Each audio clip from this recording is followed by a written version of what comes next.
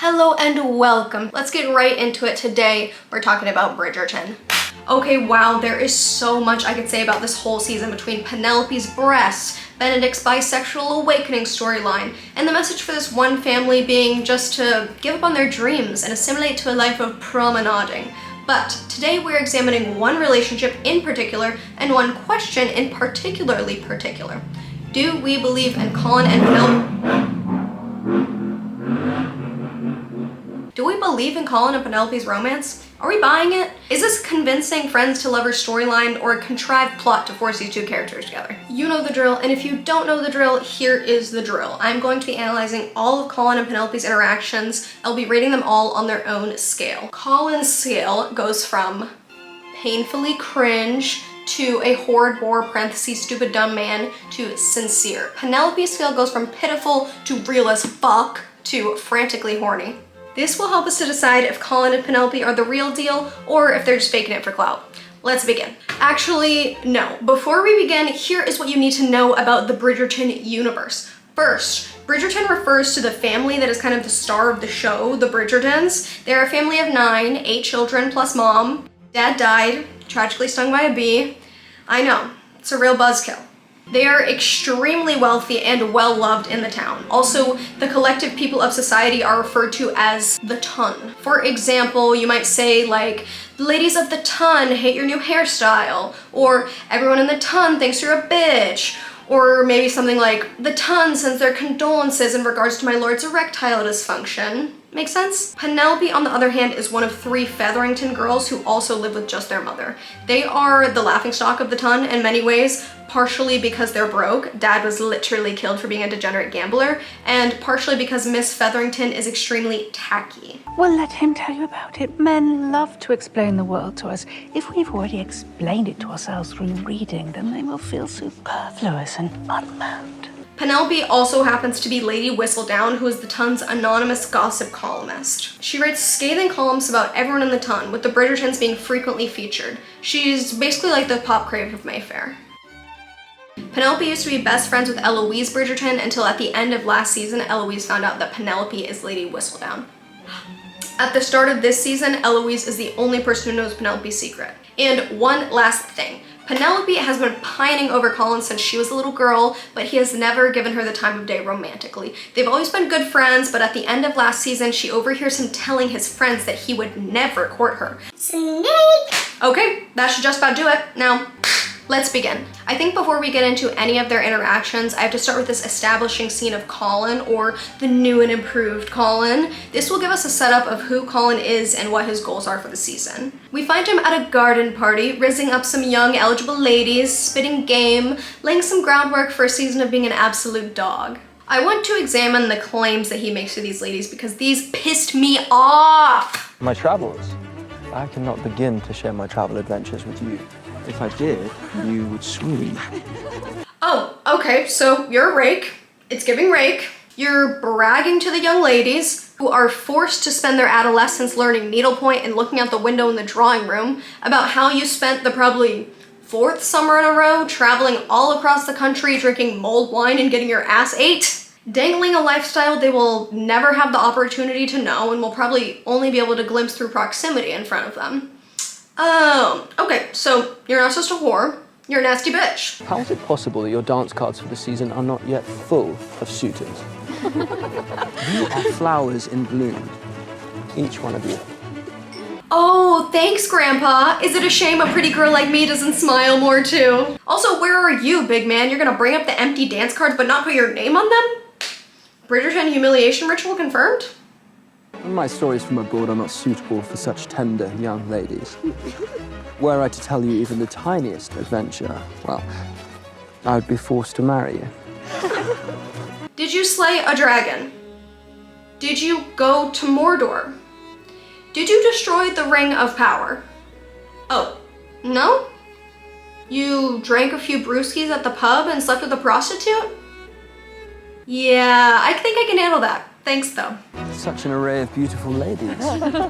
Men will be fighting over you. I cannot compete. Well, you could if you had a battle axe or a sword or anything at all fucking useful, but Look at you. All you have is an ascot. You make me sick.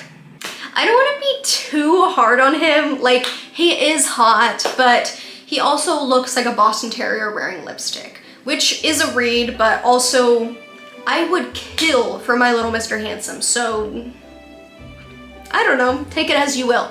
I'm gonna put Colin squarely and painfully cringe here. Before I give the backdrop for Penelope's character this season, I want to talk about her and Colin's first interaction after he gets back from being abroad for the summer. Pen, it is good to see you. Is it? Truly, it has felt like I've been absent years instead of months. This is the first time these supposed best friends have spoken in months. Colin claims it's good to see her, but in a very detached way, and he doesn't ask about how she's been or what she's been up to. Much has certainly changed in that time. A good deal, I know. But it was all the rage in Paris. She says a lot has changed since he's been gone, and he's like, I know, I've been on baddie watch since I got home. Or did you not notice my regal new Parisian waistcoat? Penelope's initial response to him saying it's good to see you is it? Which shows that she's still hurt over him saying he would never be interested in her. It also shows that she's picking up on his detached tone and not buying into his new charming facade. Am I mistaken, or was Eloise walking arm in arm with Cressida Cowper? As you said, sometimes time moves rather quickly. Of course, she is correct as he barely notices her clipped responses and quickly steers the conversation towards asking her about Eloise. To be fair, this is something he thinks will be of interest to her as Penelope and Eloise were lifelong best friends and he doesn't know about their friendship breakup yet, but he is also using his friendship with Penelope to get information about his sister. Colin is a horrid bore here. He's giving clueless man. He's trying to present himself as this very nonchalant, charming guy, and it's just not going to work on his close friend. Penelope is going to be between pitiful and real because she's very distant and detached. She hasn't decided how she wants to handle him yet. Similarly, I think this is a good time to look at a scene to highlight who Penelope is this season and where she's coming from. After her conversation with the new Colin, she decides it's time for a wardrobe change. I do not wish to see a citrus colour ever again. Up to this point, Penelope's not been that interested in finding a husband, most likely because she hasn't attracted the attention of a lot of men in the 3 seasons that she's been out in society. Partially because her mother dresses her in these dreadful, tacky gowns, and partially because the ton is probably fatphobic. This has made Penelope very insecure, but she's decided that this season she's ready to really put herself out there. I cannot live at home any longer. It's been hard enough living under my mother's rules, but my sister's. To live at the whim of either the most cruel or the most simple person I know. This is such a fierce read, first of all. Calling someone simple is such an effective and nasty insult. Basically, Penelope is Cinderella. She has 2 evil sisters and a nasty mom with a cunty little beehive. She just found out that the heir to the Featherington title will go to whichever sister has a son first. And since both her sisters are already married, it'll probably go to one of them. This means that if Penelope doesn't marry soon, she'll go from being stuck under her mother's thumb to stuck under one of her sisters. And does my lady have a certain suitor in mind? I should like to be sensible. Someone kind, who allows for my privacy for obvious reasons. Penelope has been on the marriage market for 3 years now, and as a woman in this society, you don't get to just gallivant across the country until you're ready to come home and take a pic of the gentleman. Her only real hope to have a life where she isn't utterly miserable is to marry. So the backdrop for Penelope's character this season is marry or die. Perhaps something like what they're wearing in Paris. This is such a heartbreaking line as we know that Colin's new fruity little outfits come from Paris. She is desperate to impress him and it's clear that he only sees her as a friend or more like a sister. I'm going to put her close to real as fuck but still a little bit pitiful. Like she's being very sensible about her whole situation but she's still having a little bit of a pity party. Okay, so Penelope debuts her new looks at the ball and she ends up turning the head of quite literally everyone in the room. They are gagged, they are plucked. She is looking like a ripe fruit that everyone wants to bite. She gets approached by some gentlemen for the first time in her entire life, which is crazy because she literally just changed clothes. But she must have forgotten to take her sleigh pills with breakfast because she fumbles so bad. But perhaps too much. My mama's always telling me to put my books down. Not that there is anything wrong with reading, of course. I'm not quite sure of her reasoning. Do you all like to read? She is spewing word vomit at them and proving why she has not been approached before.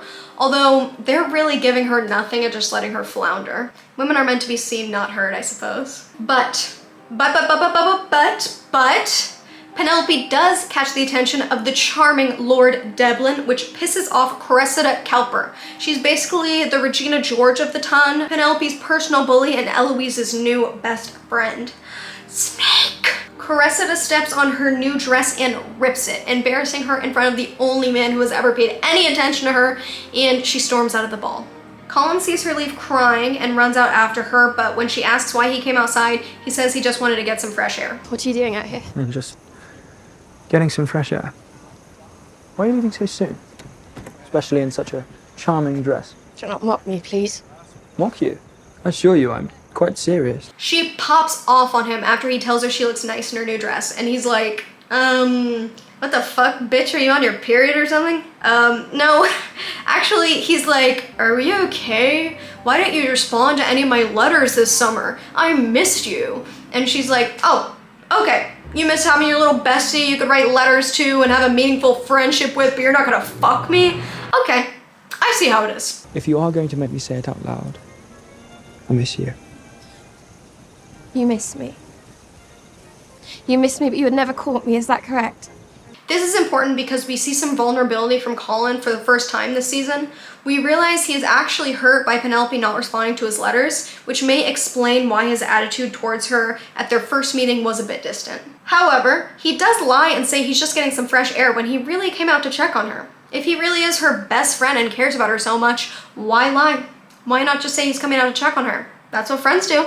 She says she's the laughingstock of the ton even when she changes her whole wardrobe, but when she entered the room, she turned heads in a very positive way, and she even got some attention. But she fucked it up by being too weird girl-coded and not serving regal, demure, elegant realness. Also, she's so mad at Colin for saying that he would never court her, but let's be realistic here. She's been good friends with him for years and has been best friends with his sister for almost her whole life.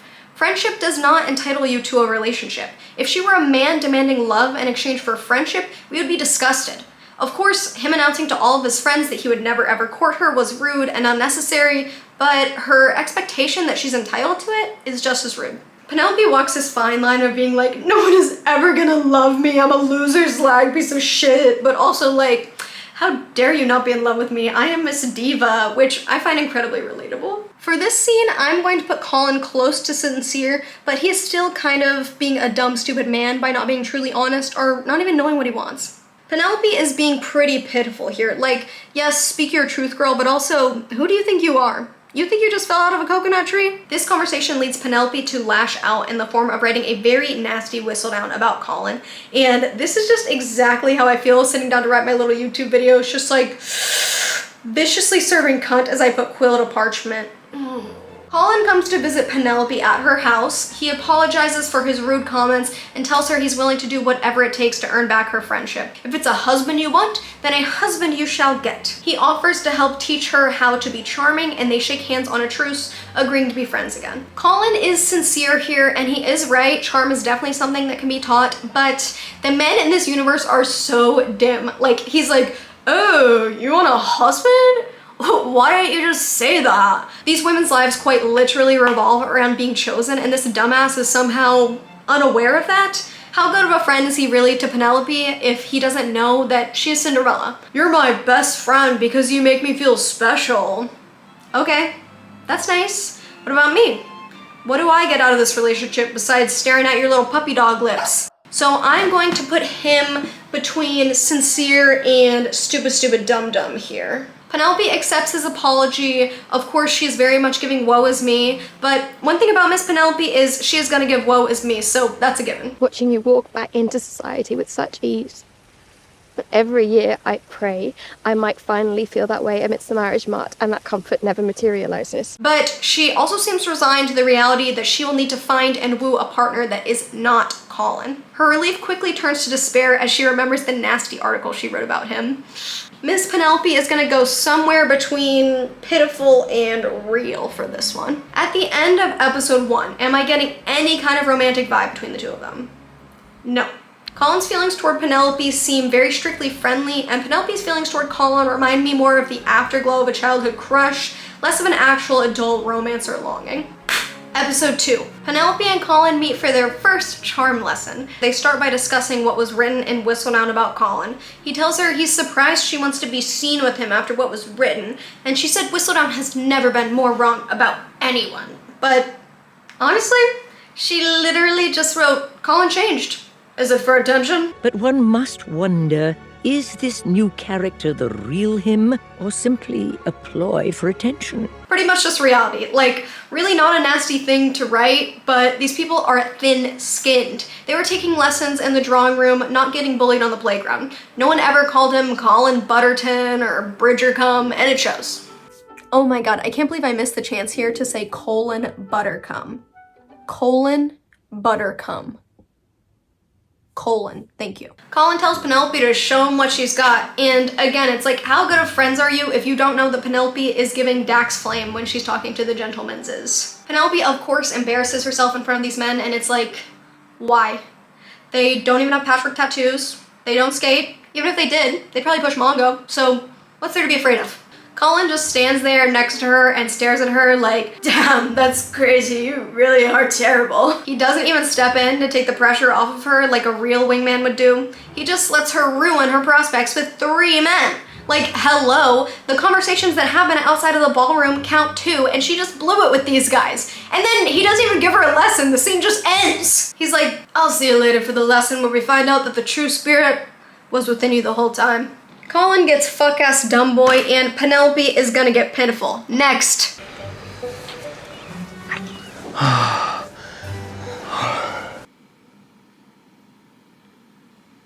Okay. It's time for the next lesson, and Colin's message of the day is Penelope doesn't need a lesson. It was inside of her the whole time.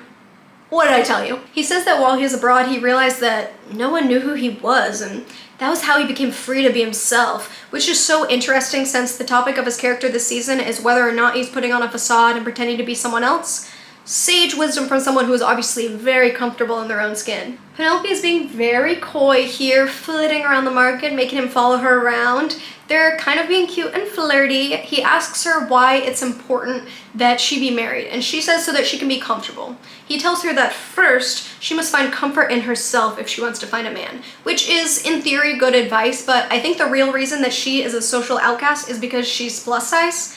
Like, her family has a bad reputation for being tacky and classless, but her sisters are not outcasts in the same way that she is, so I don't know if just be yourself is gonna cure the fat phobia. Colin is kind of a bore here, but he is a sincere bore, you know, he is trying to get to know her and understand her a little bit better, so we'll put him like here. And Penelope is, she's just a little bit horny, you know? I want to amend that statement. I do agree with putting her between real and horny because I'm definitely catching a vibe from her in this scene, but she also is being real. She is opening up to this man that she's in love with about all of her insecurities, her fears of being judged, and her belief that finding a husband will somehow solve all of her problems. He tells her the opinions of others are not as important as she thinks they are. This is a really important conversation for her as she is the Tun's gossip columnist. She literally writes down all of her judgments about everyone in the Tun and publishes them as a way of shooting back at society for the judgments she believes they have passed on her. Our next lesson takes place at the Bridgerton house. Penelope, I've been eagerly awaiting your visit. As have I, but perhaps it would be better for me to meet you at the market instead of coming here first. We are not going to the market this time. Okay, here's the thing. Like, on one hand, I'm pissed off at him for being so obtuse. Like, she told him that the one place she used to feel comfortable was at their house taking tea, but now she no longer feels comfortable there because of her falling out with Eloise. But he brings her over to the house anyway, knowing that if anyone in the family saw her, it could cause problems for her.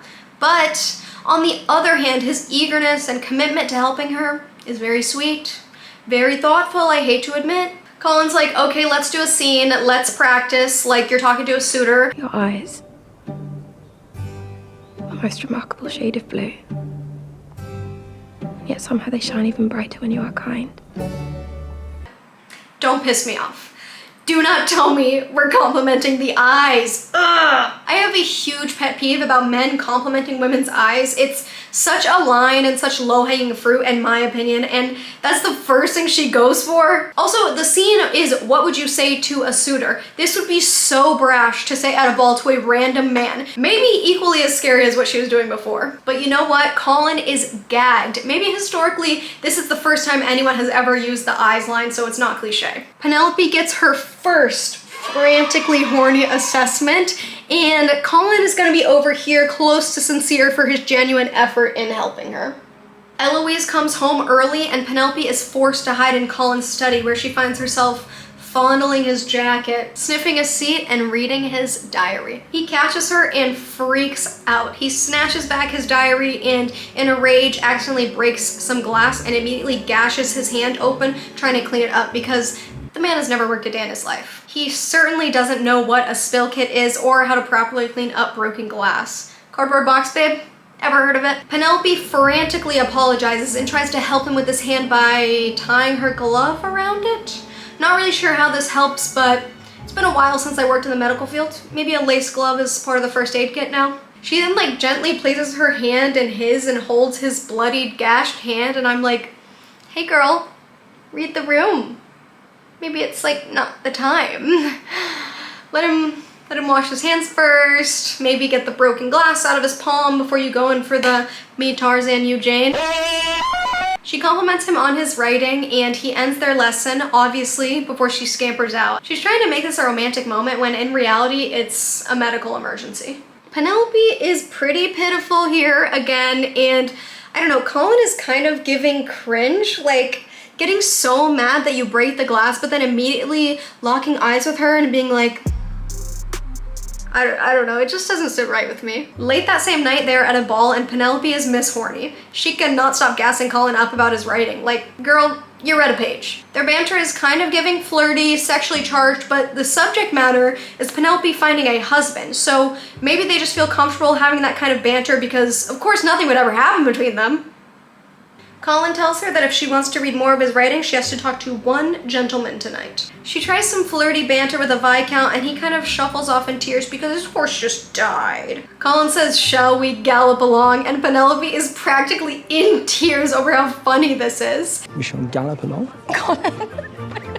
I find myself wishing I could be transported to this universe where my mind wasn't tainted by she done already done had hers and skibbity toilet where I could laugh out loud at something like this. While Penelope and Colin are yucking it up at the horse guy's expense, they notice that all eyes are on them. Colin demands to know what everyone's talking about and uh-oh y'all, the secret's out. Colin, the most eligible bachelor of the season, is helping Penelope, the stupid spinster loser bitch, find a husband. How absolutely scandalous. Mr. Bridgerton, we were wondering why an eligible gentleman such as yourself would help a spinster find a husband. Especially someone who is so beyond hope of success. Penelope storms out and he runs out after her, but instead of sticking up for her in front of all of the people saying really nasty things about her, he decides to just yell at Eloise for spilling their secret. A bit spineless, no? Kind of a coward, pussy bitch, wouldn't you say? Later that night, Colin comes to Penelope's house to check on her, and she's like, hey, what if you kissed me? Wouldn't that be crazy? Imagine us kissing? No. Unless. We already know that Colin has no qualms about casual sex, so he's just like, fuck it, let's kiss on the mouth. They have a steamy little makeout, and then Penelope's like, sorry, I think I hear someone saying my name. I have to go. Penelope is a straight horn dog here, no question whatsoever. And Colin, I just don't even know how to describe him. Like, he kind of just exists here. He's not taking control of his destiny. He's not really making any decisions of himself. He's kind of like a jellyfish floating through the sea. So I'm just gonna freaking put him right there. Like, if I had a spot for, I don't know, that's where I would put him. My thoughts on episode 2. At this point, we knew Penelope was pining for Colin, but it seemed like she had put that to bed and was ready to be realistic. Colin makes it clear throughout this episode that he is not romantically interested in her and probably is enjoying the game of helping her as a distraction from his own responsibilities in his own season. The kiss at the end comes completely out of left field. I don't really know what Colin has done to make Penelope so crazy about him. Like, yeah, he's cute, but what interests do you share? What does he know about you? How often does he fart? These are all important questions. When he shows up at her house to check on her and she asks for a kiss, like on one hand, it's like shoot your shot, you know, put it all out there. But on the other hand, it's barely a question. It's like, come on, please, please, please, please, you have to do this for me or I'll die unkissed. It puts him in a position where he's kind of forced to do it. Not to suggest that she isn't stunning and deserving. Like, she is, but he is clear that he isn't interested in her. So, I don't know. After this episode, I'm feeling very confused about the prospect of them together. I don't really see the sparks, the romance, but I can see what they want me to think is romance. Episode 3 opens with a secret garden meeting between Colin and Penelope where they both profess their love for each other and have a steamy makeout. It's obviously a dream, but the question is whose? When Colin is the one who wakes up, we find ourselves a bit surprised and also with a bit of a turning of the tides. Now it's Colin's turn to be thinking about Penelope. All it takes is for his dick to get hard and he finally notices her. Typical. So at the end of the last episode, since basically everyone found out about their secret, Penelope decides to write a whistle down about them because she thinks it would look weird if she didn't. So she exposes their secret to actually everyone in the ton. Time for Penelope and Colin to face each other in the harsh light of day after their little kiss, and it is awkward.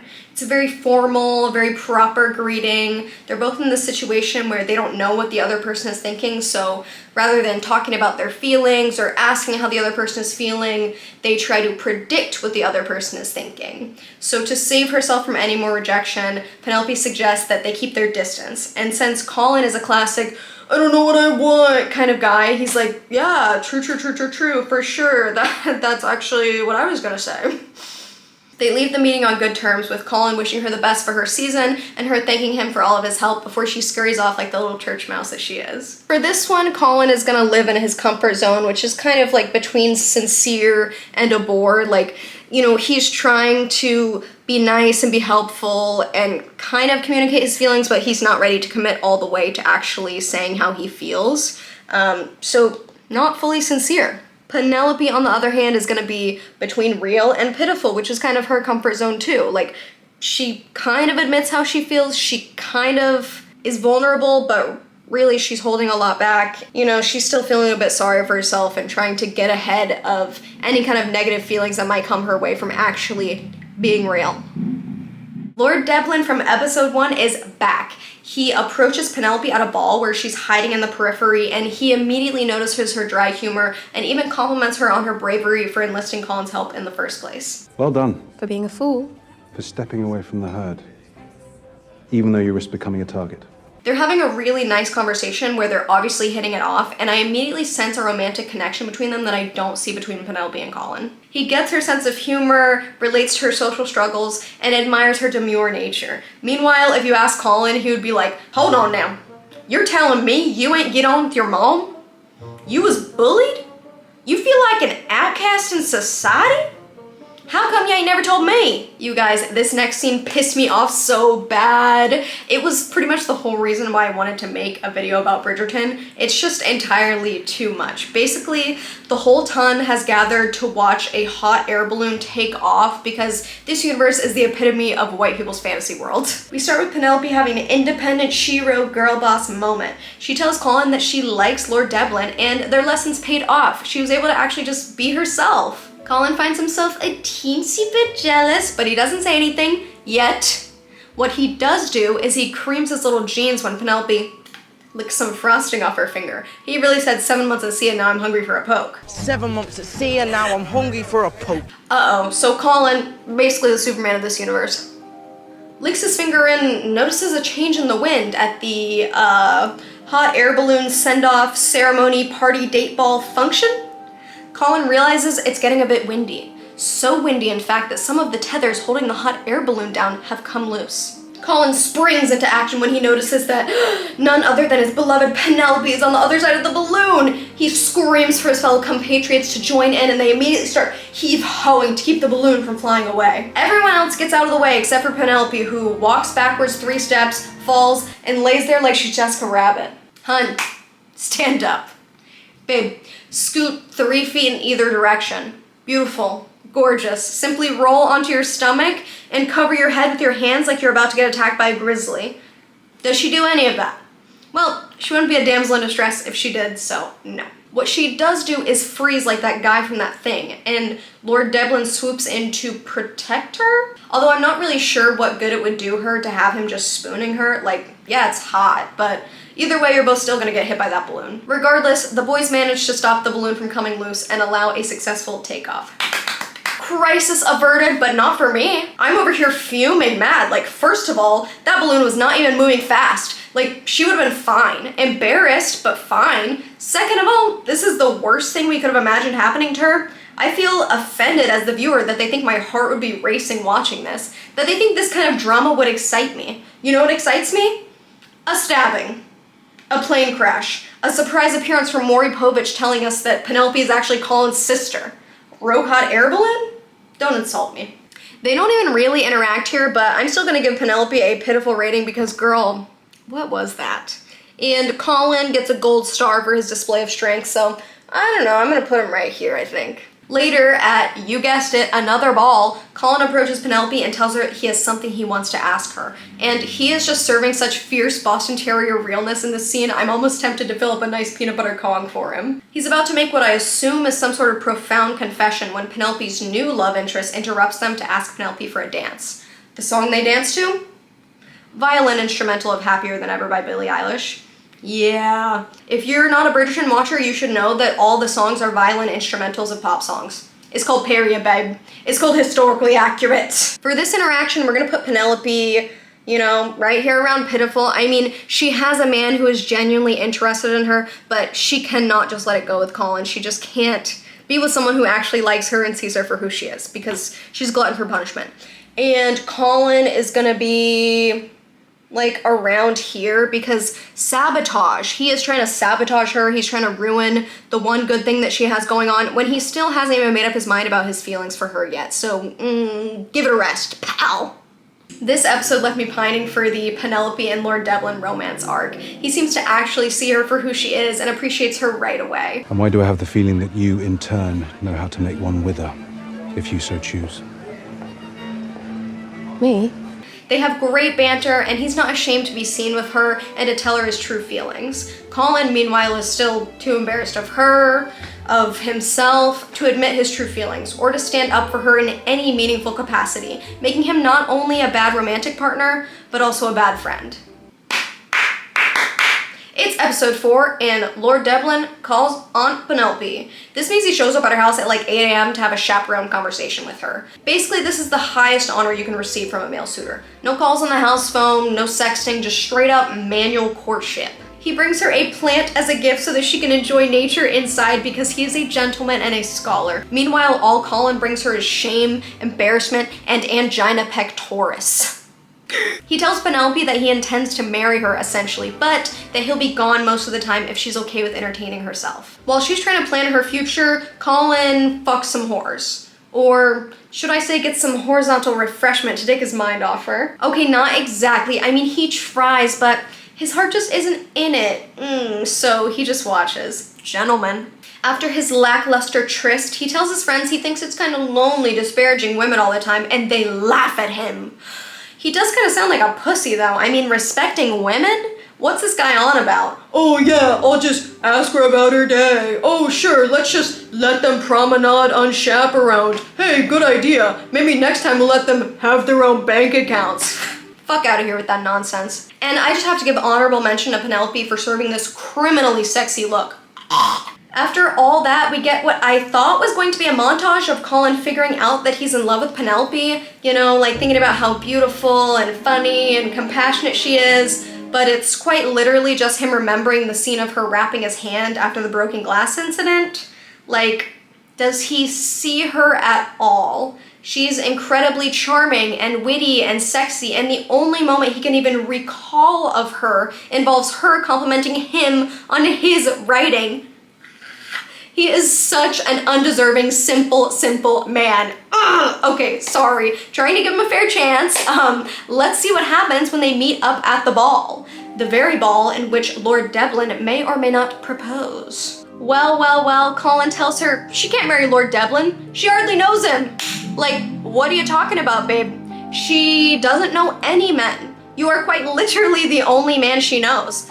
Nut up or shut up, bitch. She says, do not fuck this up for me. And he's like, you should be thanking me, honestly. Like, I know you have no other prospects and I'm embarrassing you in front of all your friends and family, but like, how embarrassing would it be if instead of being a lonely spinster, you married a lord that you don't know that well? Yeah, that's what I thought. You're welcome. She leaves the ball in tears after Lord Devlin realizes what's going on between her and Colin, and he breaks off their potential engagement. Colin chases after her carriage and just jumps right in. Oh, now he's chasing cars? Dog. He's a dog. He's a dog in more ways than one. Yeah, Colin goes full puppy dog mode on this one. He really knows how to use those Boston Terrier eyes. He professes his undying infatuation. Yes, infatuation. But these past few weeks have been full of confounding feelings. Feelings like a total inability to stop thinking about you. He doesn't say what it is about her that so excites him, just that he can't stop thinking about her for weeks, whole weeks, maybe even 3. Can you imagine that kind of longing? He's so strong. This man doesn't know shit about real yearning. He has never listened to Kingston by Faye Webster, and honestly it shows. Like, the speech is kind of romantic and sexy, and it's definitely the perfect wish fulfillment for Penelope. Like, it's everything she's ever dreamed of, but do we believe that there's more here for him than just sexual tension and desire? Wee-oo, wee-oo. Horny, warning.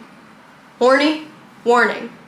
Please evacuate the premises or you will get wet. Okay, avert your eyes. Her literal only other sexual encounter was last week, that kiss in the garden, and now they're finger banging within 20 seconds. I would think she'd be completely overwhelmed and a little bit scared or anxious maybe, but no, she's getting after it. Although she is a real fanfic type girly, like she's probably written about this very scenario in her Substack. Their steamy makeout ends when they pull up to the Bridgerton estate and Colin immediately hops out. Penelope's like, wait, what are you doing? Where are you going? And Colin hits us with this line that, what's the opposite of making my knees weak?